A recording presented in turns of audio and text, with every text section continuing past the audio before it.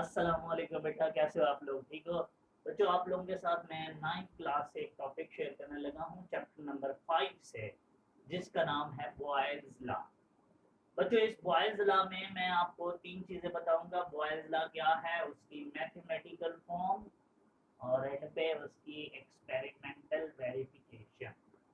तो बच्चों, सबसे पहले मैं आपको बताऊं बॉयज़ लॉ किसने, कब और कैसे दिया। हमारे केमिस्ट्री के बुजुर्ग हैं जिनका नाम है रॉबर्ट बॉयल्स। ये हमारे बुजुर्ग ये लॉ पेश करते हैं जिसका नाम रखते हैं बॉयल्स लॉ, और ये लॉ उन्होंने पेश किया 1662 में। और इस लॉ में क्या बताया, दो चीजों के दरमियान रिलेशनशिप स्टडी किया, एक वॉल्यूम ऑफ अ गैस और एक प्रेशर, और उसी दौरान टेम्परेचर को क्या रखा, कांस्टेंट। याद रख लो बच्चों, बॉयल्स ने दो चीजों के दरमियान रिलेशनशिप स्टडी किया, एक वॉल्यूम ऑफ अ गैस, और इसके ऊपर जो हम प्रेशर अप्लाई करेंगे उन दोनों के बीच में क्या रिलेशनशिप है। लेकिन उसी समय टेम्परेचर क्या होना चाहिए, कांस्टेंट। तो चलें पहले यही बात लिखते हैं, फिर अगले पॉइंट पे आएंगे। तो हम लिखेंगे कि जी इन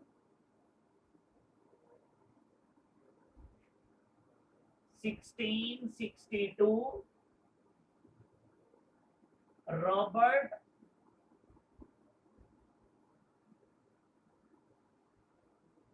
boils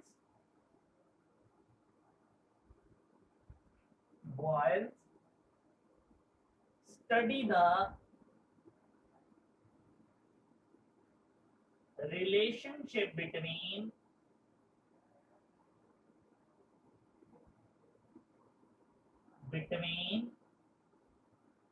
volume of a gas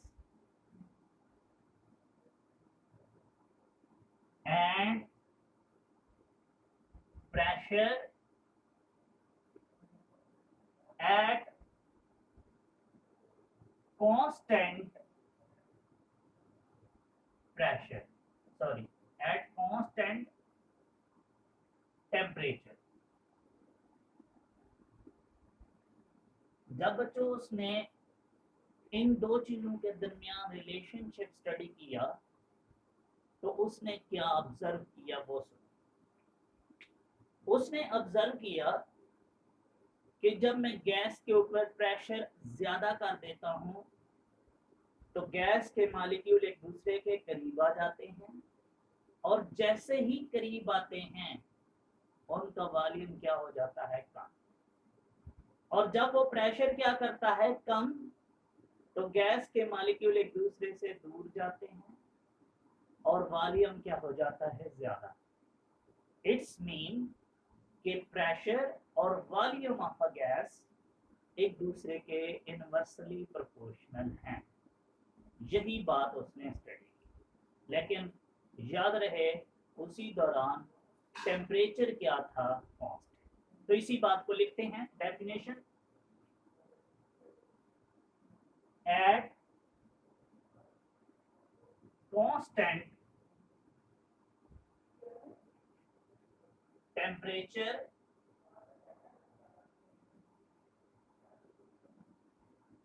the volume of a gas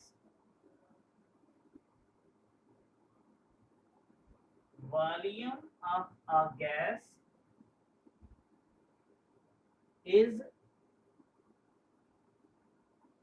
inversely proportional to the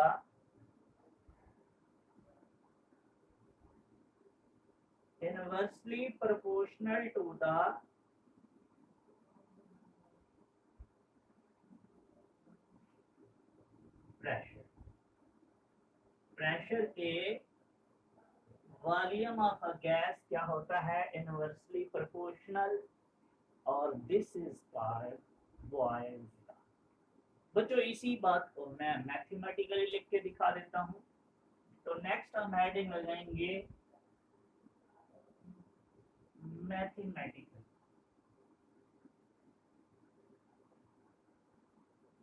देखो बच्चों, ये है volume of a gas is inversely proportional to the pressure. कब? जब हमारे पास टेम्परेचर क्या होता है, कांस्टेंट। ओके हो गया। मैं यहाँ प्रोपोर्शनल को खत्म करता हूँ तो कांस्टेंट लगाऊंगा और साथ में इक्वल लगाऊंगा। V is equal to K over P। बच्चों P यहाँ डिवाइड और इधर जाके क्या हो जाएगा, मल्टीप्लाई, तो क्या बन जाएगा, PV is equal to K। तो ये याद रखना, this is another statement of Boyle's law कि जब टेम्परेचर कांस्टेंट होता है तो product of pressure and volume वो भी क्या रहता है, constant.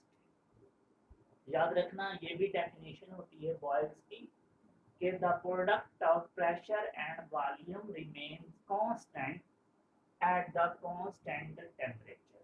This is also called Boyle's law. यहाँ ना उसने थोड़ा सा फन किया। उसने कहा ये जो पीवी का प्रोडक्ट है ये हमेशा कांस्टेंट रहता है। आप चाहे प्रेशर जैसे भी चेंज करो, आप प्रेशर चेंज करोगे तो वॉल्यूम तो ऑटोमेटिकली चेंज होगा ही, लेकिन जब पीवी का प्रोडक्ट लोगे तो वो हमेशा क्या रहेगा, कांस्टेंट। इसी बात को मैं आपको एक्सपेरिमेंटल वेरिफिकेशन के जरिए प्रूव भी कर दूंगा।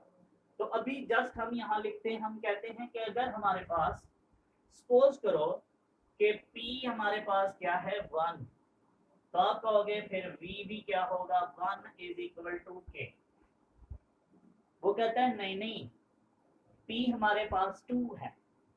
हम कहते हैं कोई मसला नहीं है, तो कहता है V फिर क्या हो जाएगा, 2 इज इक्वल टू K। कहता है नहीं, P इज इक्वल टू क्या है, 3। तो हम कहते हैं V भी क्या हो जाएगा, 3 इज इक्वल टू K। याद रख लो, इन तीनों केसेस में ये जो PB का प्रोडक्ट है ये हमेशा क्या रहेगा, कांस्टेंट। इसका मतलब ये है कि अगर ये कांस्टेंट है तो इसको हम ऐसे भी लिख सकते हैं, P1 V1 is equal to P2, V2 is equal to P3 V3। This is another statement of Boyle's law। अब मैं आपको ना एक एमसीक्यूज बताऊं, एग्जाम में ना आपके एमसीक्यूज आया होता है कि which one of the following is Boyle's law। Option A होता है ये, ऑप्शन बी होता है ये, ऑप्शन सी होता है ये, और ऑप्शन डी होता है ऑल ऑफ दैट।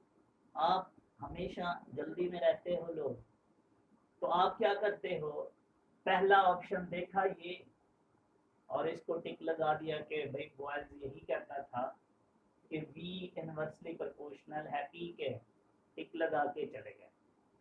और मेरे बच्चों, ये भी बॉयल्स लॉ था, ये भी बॉयल्स लॉ था, तो याद रखना ऑप्शन आंसर सही कौन से वाला था, डी।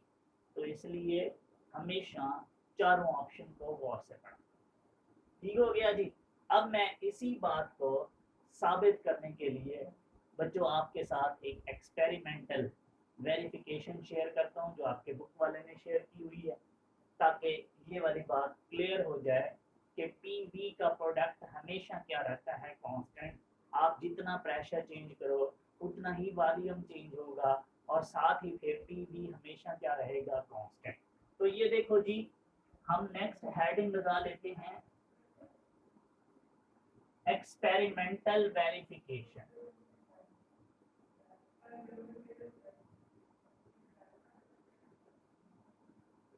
एक्सपेरिमेंटल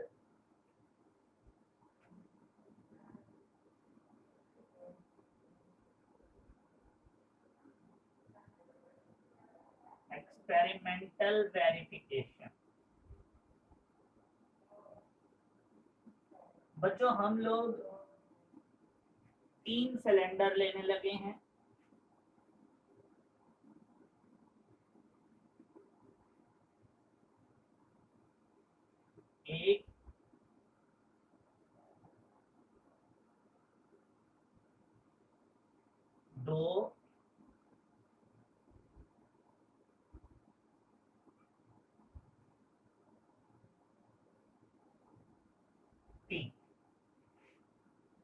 आप लोगों ने नजर अच्छे से बनाने, ऐसे नहीं बनाने।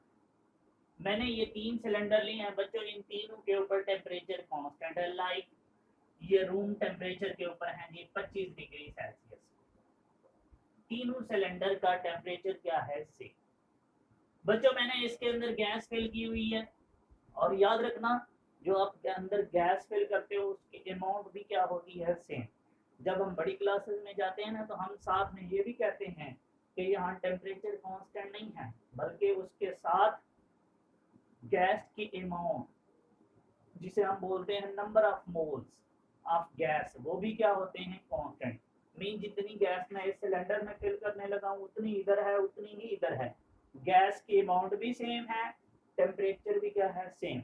फिर मैं स्टडी करता हूँ कि वॉल्यूम और प्रेशर का क्या रिलेशन है, क्योंकि मैं प्रेशर चेंज करूंगा तो वॉल्यूम भी ऑटोमेटिकली क्या होगा चेंज।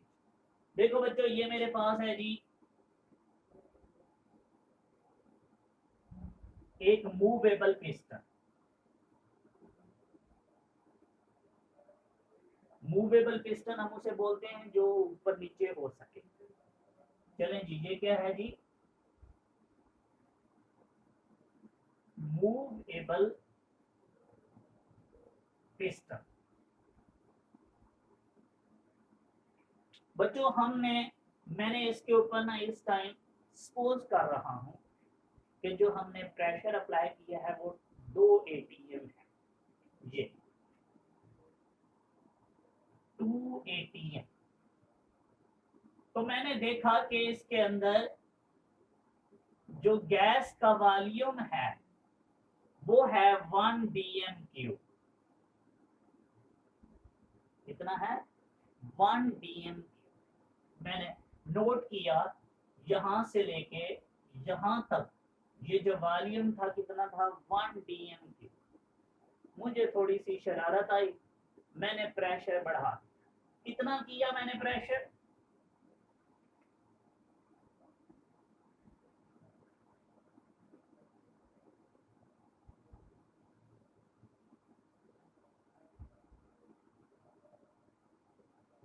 ये देखें मैंने जी इसके ऊपर ना पहले सपोज करो वो एग्जांपल हम देते होते हैं कि हमने इसके ऊपर ना वो नहीं होता बट्टा बोलते हैं जिसे, वो तराजू बोलते हो ना, केजी वाला वेट बैलेंस, उसके अंदर जो हम रखते हैं तो हम कहते हैं जी पहले हमने एक रखा हुआ था अब हमने 2 कर दिए, तो यहाँ प्रेशर हमने ना 4 ATM कर दिया।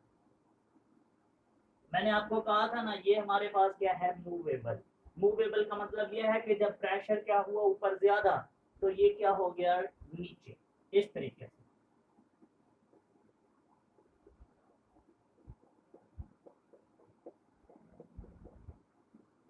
हमने देखा कि यहाँ इस टाइम वॉल्यूम कितना है, वॉल्यूम जब हमने प्रेशर बढ़ाया तो वॉल्यूम क्या हो गया कम।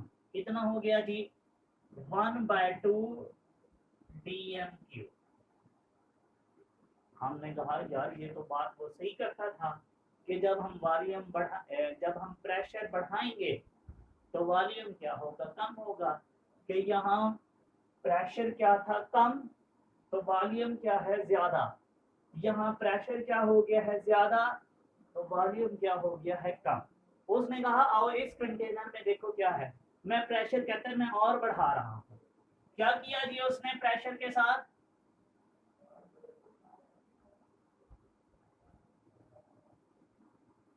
पहले 2 था फिर 4 किया फिर 6 6 ATM कर दिया प्रेशर। उसने जब 6 ATM किया तो बच्चों उसने नोट किया कि वॉल्यूम और भी कम हो गया।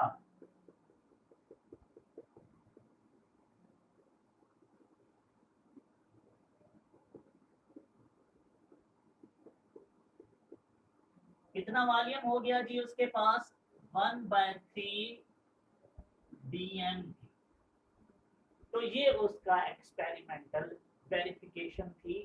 उसने 3 सिलेंडर लिए, उनके अंदर इक्वल अमाउंट के अंदर गैस फिल की एट अ कांस्टेंट टेम्परेचर। एक सिलेंडर के ऊपर 2 ATM प्रेशर था तो उसका वॉल्यूम कितना था 1 dm³। प्रेशर बढ़ाया 4 atm किया, वॉल्यूम कम होके 1/2 dm क्यूब हो गया। प्रेशर और बढ़ा दिया 6 atm कर दिया, वॉल्यूम और कम हो गया 1/3 dm क्यूब हो गया। उसने कहा आओ अब हम इसके अंदर ना पुट कर लेते हैं। उसने कहा सपोज करो ये हमारे पास प्रेशर क्या है P1, तो हमने कहा फिर ये वॉल्यूम क्या होगा V1। उसने कहा ये प्रेशर क्या है V2, हमने कहा ये वॉल्यूम क्या हो जाएगा V2। ये प्रेशर क्या है P3, हमने कहा ये वॉल्यूम क्या हो जाएगा V3। आए हम उस इक्वेशन में पुट करते हैं। ये देखें ये फार्मूला है हमारा P1, V1 is equal to P2, V2 is equal to P3, V3। P1 कितना है 2 मल्टीप्लाई बाय V1 कितना है 1, आंसर क्या आएगा 2। P2 कितना है आपके पास 4, V2 कितना है आपके पास 1/2, 2 से कट गया, बाकी कितना आंसर बचा 2। P3 आपके पास कितना है 6 मल्टीप्लाई बाय V3 सॉरी ये V3 है, V3 आपके पास कितना है 1/3, 3 2 6। आपने गौर से देखा कि हमारे पास तीनों केसेस में जो PV का प्रोडक्ट है वो क्या रहा सेम कांस्टेंट। इसी को हम क्या बोलते हैं बॉयज लॉ। तो ये बच्चों हमारा छोटा सा टॉपिक था, इसको स्टडी करो और एंजॉय करो। Thank you so much. Allah.